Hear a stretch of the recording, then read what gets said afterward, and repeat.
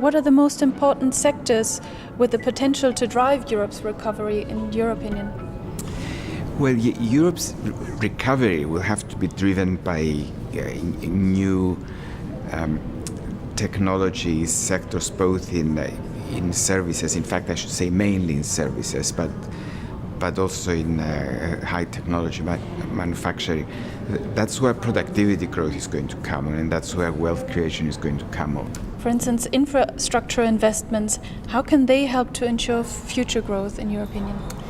Well, in infrastructure investments are extremely important because they provide the framework within which the private business will establish itself and flourish. And if infrastructure is not good, then the growth of the business will not be good, its competitiveness will not be good, and it will be taken over. It will be overtaken rather by its competitors.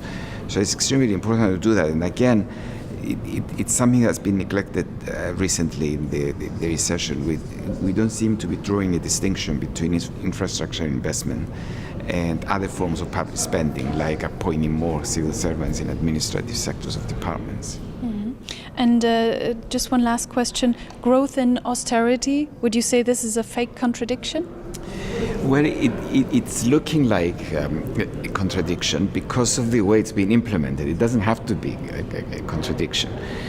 But when governments talk about austerity, they cut everywhere, including infrastructure, and then they talk about growth-enhancing measures. But you cannot have growth-enhancing measures when you are not providing the right environment that the public sector should provide for the private sector to grow.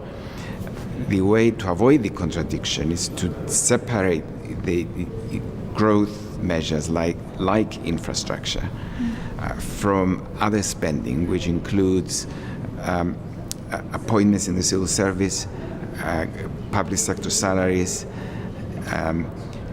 other kinds of transfers that you might have, which do not have an investment component, and then apply the austerity on the consumption component of government spending, but not allow the investment component of public spending to deteriorate.